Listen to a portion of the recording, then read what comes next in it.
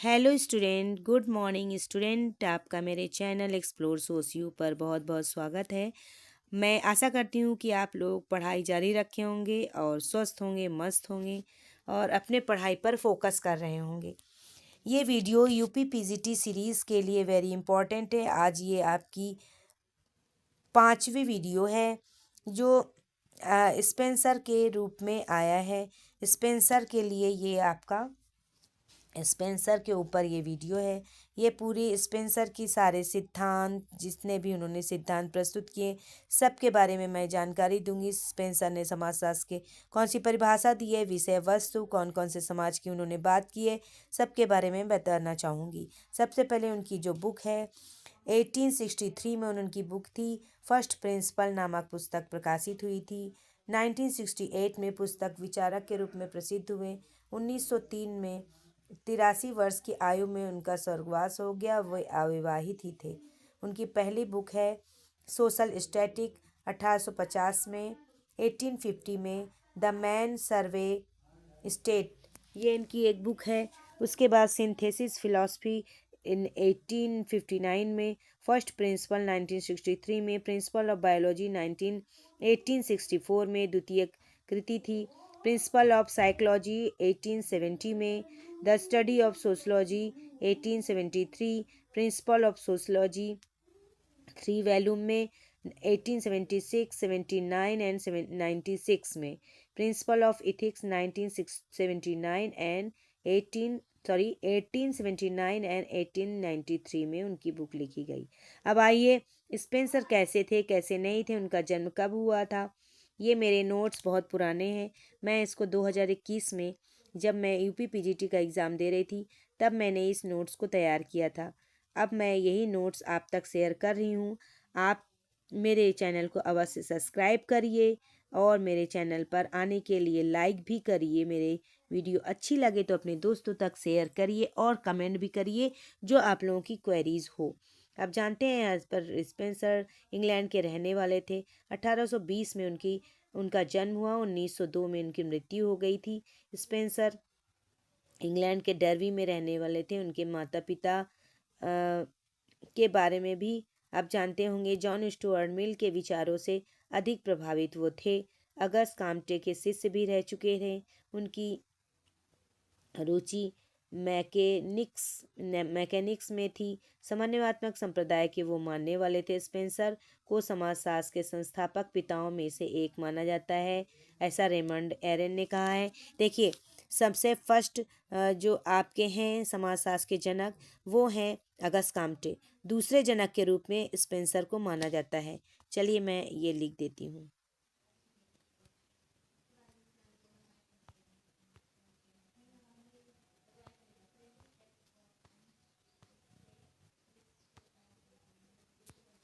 Spencer समाजशास्त्र के second father हैं।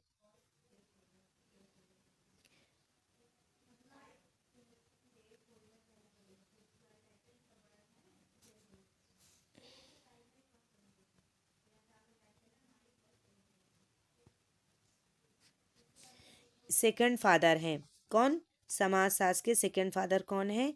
अगर हर्बर्ट स्पेंसर। कहीं भी आएगा तो आप लिखिएगा। और थर्ड फादर जो हैं वो जॉर्ज सीमेल को माना जाता है। ये भी लिख लीजिए, जॉर्ज सीमेल थर्ड फादर। चलिए मैं ऐसे लिख देती हूँ।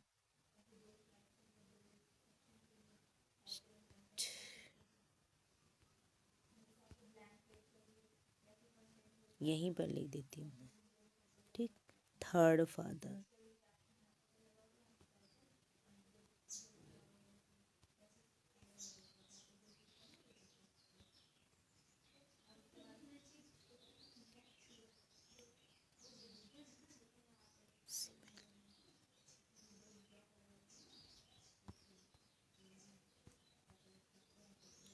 जॉर्ज सीमेल थर्ड फादर हैं।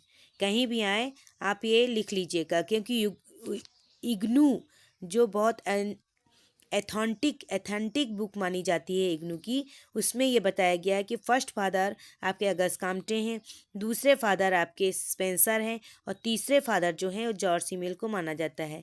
जबकि मार्क्स और वेबर के आने के बाद जॉर्ज सिमेल का कोई इतना अस्तित्व नहीं दिखता था, लेकिन फिर भी इग्नू की बुक में इनको सेकंड फादर के रूप में, third father George Simmel, second father Spencer के रूप में जाना जाता है। ठीक, तो ये आपका हुआ। अगली अगली जो आपकी बुक है वो है डिस्क्रिप्टिव सोशियोलॉजी नॉन कॉन्फर्मिस्ट इकोनॉमिक्स है 1842 में। इकोनॉमिक्स 1848 साप्ताहिक पत्रिका। सिद्धांत है विकास का सिद्धांत है, और प्राकृतिक प्रवणन का सिद्धांत है, सर्वोत्तम की उत्तरजीविता का सिद्धांत है, सामाजिक उद्विकास का सिद्धांत है, सावयवी सिद्धांत है, सामाजिक नियंत्रण का उन्होंने सिद्धांत दिया है। आप देखें उद्विकास का सिद्धांत वेरी इंपॉर्टेंट है, इसमें मैं लगा रही हूँ, वेरी इंपॉर्टेंट है, आप जानते होंगे। इसमें क्या है, सूत्र क्या है, उद्विकास आगे निरंतर परिवर्तन और निश्चित परिवर्तन, गुणात्मक अंतर प्लस ढांचे और कार्य में भिन्नता। अंग्रेजी भाषा में इवोल्यूशन शब्द की उत्पत्ति लैटिन भाषा के इवोल्वर शब्द से हुई है। ई का अर्थ है बाहर की ओर, वॉल्वर का अर्थ होता है प्रकट होना, विकसित होना। किसी भी वस्तु के बाहर की ओर फैलने को उद्विकास कहते हैं। वैज्ञानिक अर्थ में एक सीधी सरल वस्तु या क्रमिक परिवर्तन के कारण जटिल रूप धारण कर लेता है, यही उद्विकास है। जैसे एक बीज का अंकुर से पौधा और वृक्ष होना, एक कोष्ठक का मानव शिशु में परिवर्तन होना। ठीक, ये उद्विकास के आपके एग्जाम्पल हैं। एक निश्चित दिशा में होने वाला परिवर्तन ही उद्विकास है, ऐसा अकबर निमकाफ ने कहा है। उद्विकास की कुछ विशेषताएं जो आप इसमें देख लीजिएगा और पढ़ लीजिएगा। इसमें देखिए डार्विन का उद्विकासीय सिद्धांत जो मैं इसमें मेंशन करी हूँ, जिससे कि आप लोग देखिए डार्विन का उद्विकासीय सिद्धांत इसमें बार बार आता है, आप लिखते भी हैं, लेकिन उसके डिटेल के बारे में आप नहीं जानते होंगे, इसलिए मैंने इसमें पूर्णतः लिख दिया है, जिससे कि आप लोग उद्विकासीय सिद्धांत के बारे में भी जान जाए। स्पेंसर का सामाजिक उद्विकास का सिद्धांत डार्विन के उद्विकास से ही प्रभावित था और उन्होंने ही लिया है। स्पेंसर ने डार्विन के उद्विकास के सिद्धांत से लिया है। देखिए स्पेंसर ने ये सिद्धांत पहले ही दे दिया था, लेकिन डार्विन का उद्विकासीय सिद्धांत देने के बाद डार्विन अधिक फेमस हो गए। उसके बाद स्पेंसर ने अपने इस सिद्धांत को जब अपनी बुक में दिया तो सभी ने ये माना है कि ये डार्विन के द्वारा ही लिया गया है, डार्विन से ही लिया गया है, इसलिए स्पेंसर को कम महत्व दिया जाने लगा, ये ज़्यादा फेमस हो गया डार्विन, तो इसलिए यही हमेशा कहा जाता है, लेकिन ऐसा नहीं है। स्पेंसर ने पहले ही सामाजिक विकास का सिद्धांत दे दिया था। चलिए आइए मैं अब इस मुद्दे को छोड़कर आगे पढ़ती हूँ। 1859 में 1859 में डार्विन की कृति द ऑरिजिन ऑफ स्पेसीज में इनकी जो बुक है इनमें दिया है जीवों की उत्पत्ति के बारे में, उद्विकासीय सिद्धांत के बारे में बताया है, और बीज से पौधा बनाना, कोष्ठक बनाना आदि के बारे में उन्होंने बताया है। सामाजिक विकास के विभिन्न पक्ष हैं, जैसे समाज और संस्कृति। मार्गन ने क्या दिया है, जंगली, बर्बर और सभ्य। इसमें मैं आपको बताना चाहूँगी ये मार्गन के अनुसार भी है और बेबलन ने भी दिया है।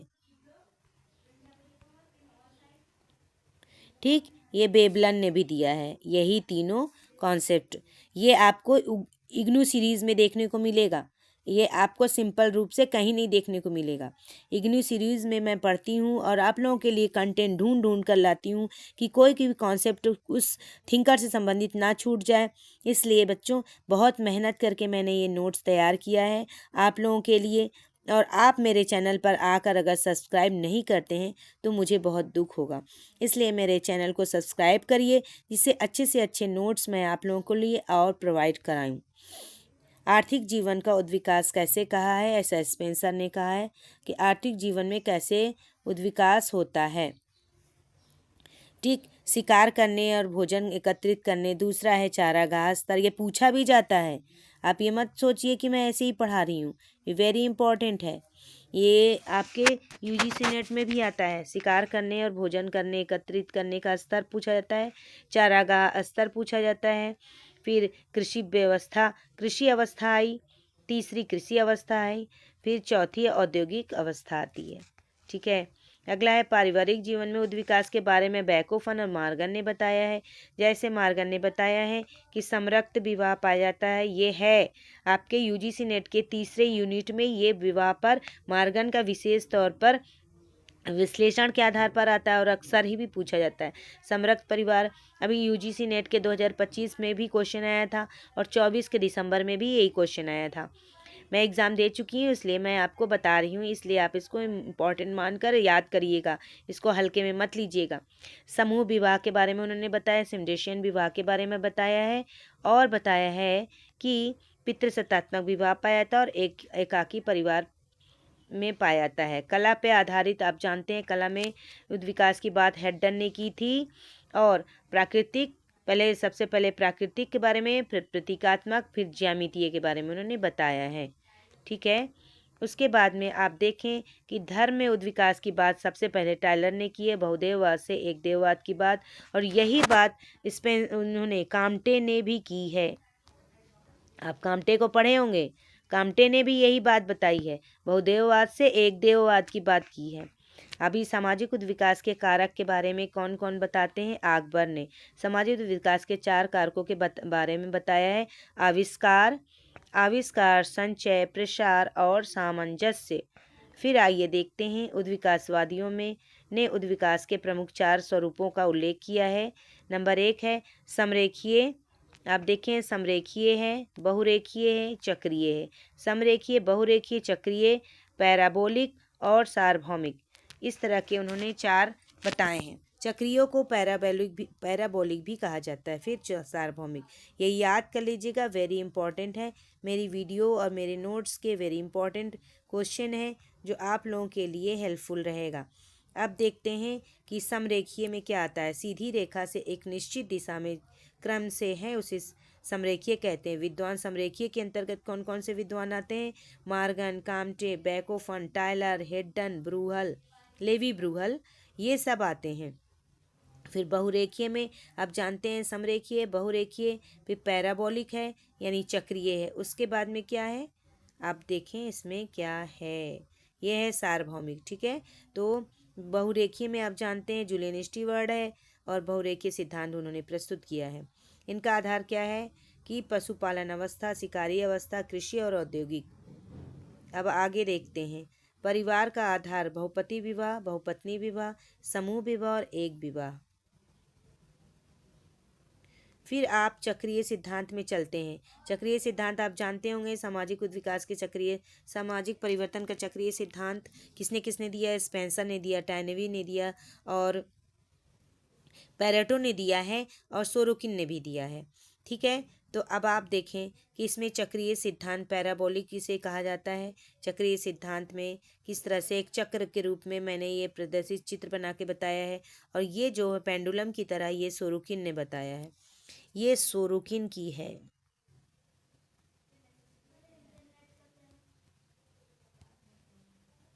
ये सोरोकिन ने दिया है। ठीक, अब लेस्ली वाइट अनुवृक्क रेखा पैराबोलिक की क्रम में होता है, ऐसा उसने कहा। उन्होंने पैराबोलिक का अर्थ है घोड़े के ये जो निशान है, घोड़े के पैर में जो लगाए जाते हैं निशान, आप देखें घोड़े के पैर में जो निशान लगाए जाते हैं, ये है ये निशान जो पैर में उनके लगाया था, घोड़े के खुर के समान ढोड़ी पे वाली नाल से है पैराबोलिक। ठीक, स्पेंसर ने सभ्यताओं के उत्थान और पतन के चक्र के रूप में प्रस्तुत किया। विश्व की 8 सभ्यताओं का अध्ययन किया स्पेंगलर ने। ठीक, आप जानते होंगे चक्रीय सिद्धांत में स्पेंगलर है, टैनवी है, पैरेटो है और सोरोकिन है, ये अच्छी तरह से आप जानते होंगे। अर्नाल्ड टैनवी के बारे में उन्होंने क्या बताया है? अंग्रेजी इतिहासकार में अपनी कीर्ति स्टडी ऑफ हिस्ट्री में विश्व की 21 सभ्यताओं का अध्ययन करके उन्होंने बताया है, 21 सभ्यताओं का अध्ययन किया है और बताया है चुनौती का प्रत्युत्तर का सिद्धांत है। आप जानते हैं चुनौती के प्रत्युत्तर के सिद्धांत। उसके बाद सोरोकिन का सोशल एंड कल्चर डायनेमिक में उन्होंने भावात्मक, चेतनात्मक, आदर्शात्मक संस्कृति की बात उन्होंने की है।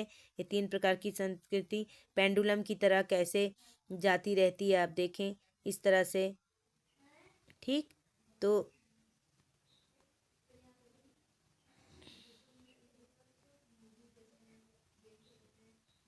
इस तरह से पेंडुलम की तरह, ये घड़ी की सुइयों की तरह इसी तरह से जाती रहती हैं संस्कृति। अब आप देखें दुर्खीम। दुर्खीम ने सामाजिक विकास में यांत्रिक एकता से सावयवी एकता, फिर सार्वभौमिक संपूर्ण समाज का विकास हुआ है। रेडफील्ड ने क्या कहा है? रेडफील्ड के अनुसार लोक समाज से नगरीय समाज की विशेषता। स्पेंगलर ने कहा है आधुनिकीकरण के क्षेत्र में परिवर्तन। स्मेल्सर स्मेल्सन ने कहा है तकनीकी क्षेत्र में, कृषि के क्षेत्र में, उद्योगों के क्षेत्र में और पारिस्थितिकी के क्षेत्र में। ऐसा उन्होंने कहा है। अब देखें स्पेंसर के बारे में। स्पेंसर ने समाज का सावयवी सिद्धांत दिया है, युगतम की उत्तरजीविता का सिद्धांत दिया है, सामाजिक नियंत्रण के उन्हें 4 साधन बताए हैं। सरकार के द्वारा सामाजिक नियंत्रण होता है, धर्म के द्वारा होता है, सामाजिक प्रथाओं के द्वारा होता है, नैतिकता। धर्म, प्रथा, नैतिकता और सरकार के द्वारा सामाजिक नियंत्रण के साधन, ये वेरी इंपॉर्टेंट है, जो कि स्पेंसर द्वारा दिए गए अवधारणा है। ये स्पेंसर की सारी अवधारणाएं समाज का उद्विकासीय सिद्धांत, समाज का उद्विकासीय सिद्धांत, योग्यतम की उत्तरजीविता। उसके बाद आप देखें सामाजिक नियंत्रण का सिद्धांत, सैनिक और औद्योगिक समाज की उन्होंने बात की है। ठीक, स्पेंसर ने सामाजिक औद्योगिक औद्योगिक समाज को अधिक उन्होंने अच्छा मानते हैं, औद्योगिक समाज को। फिर उनकी पहली बुक है द प्रॉपर, कुछ अन्य बुक हैं स्पेंसर ने, the proper sphere of government political institute. उन्होंने क्या कहा है? राज्य वही उत्तम है जो सबसे कम शासन करे। आप अच्छी तरह जानते हैं स्पेंसर का कथन है। अगला है समाज में सरल और औद्योगिक समाज को विभक्त किया है स्पेंसर ने। फिर उन्होंने क्या बताया है?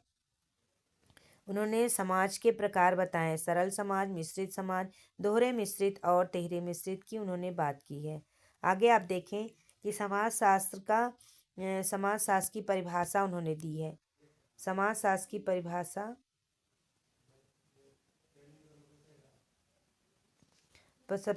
दिया। विषय वस्तु उन्होंने बताया है परिवार परिवार राजनीति, धर्म, सामाजिक नियंत्रण, उद्योग और कार्य।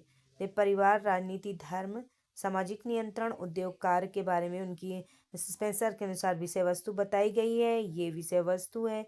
फिर आगे देखें समाजशास्त्र के बारे में उन्होंने क्या कहा है? समाजशास्त्र समाज का सामान्य विज्ञान है, ऐसा स्पेंसर ने कहा है। ये आपका वेरी इम्पोर्टेंट,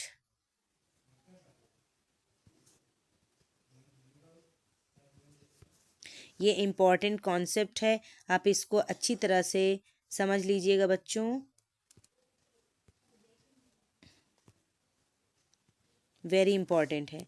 ठीक है, अब आपकी ये वीडियो पूरी होती है। इसको रिवीजन कर लीजिएगा शुरू से आखिरी तक और कई बार पढ़ लेंगे तो ये आपके स्पेंसर से संबंधित सभी जो भी क्लियरिटी है और जितने भी सिद्धांत उन्होंने दिए हैं, जितनी भी बुक्स लिखी हैं, ये सब के बारे में आपको सही जानकारी मिल जाएगी।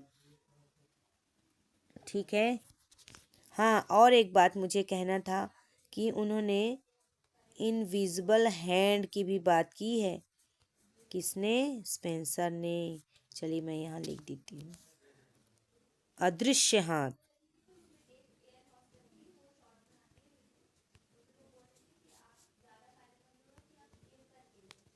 अदृश्य हाथ की बात भी स्पेंसर ने की है। ठीक, इनविजिबल हैंड, ये किससे उन्होंने लिया था? एडम स्मिथ से लिया था। ये भी मैं लिख दूँ? चलिए लिखती हूँ, एडम स्मिथ।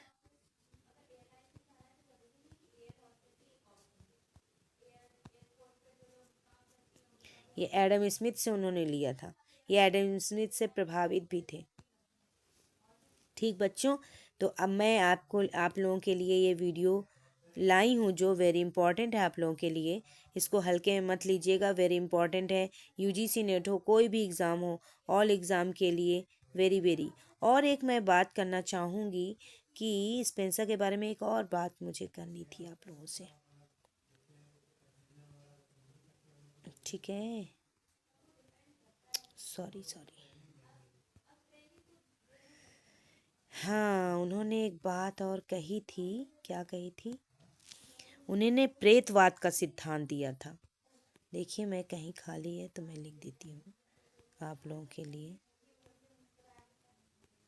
जहाँ पेज खाली होगा मेरी राइटिंग आप लोगों को भले अच्छी ना लगे, मेरे कंटेंट अच्छे होंगे आप लोगों के लिए। इन्होंने प्रेतवाद का सिद्धांत दिया था।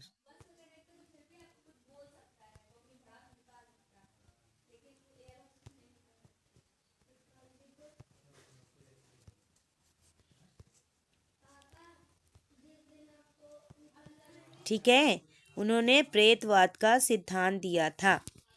ये आप याद रख लीजिएगा स्पेंसर ने। ठीक, अब आपकी ये वीडियो पूरी होती है और मेरी वीडियो पर विज़िट करिए, मेरी वीडियो को देखिए, मेरे चैनल पर आइए। मेरी वीडियो को तुरंत प्राप्त करने के लिए आपको सब्सक्राइब करना होगा। अगर मेरी वीडियो अच्छी लगे तो अपने दोस्तों तक शेयर करिए, लाइक करिए और मेरी वीडियो पे और भी कोई क्वेरीज़ हो तो आप इसे कमेंट में ज़रूर लिखिएगा। ठीक है बच्चों, आपका मेरे चैनल पर आने के लिए बहुत बहुत धन्यवाद। Thank you so much. अब मिलते हैं आपसे नेक्स्ट वीडियो में।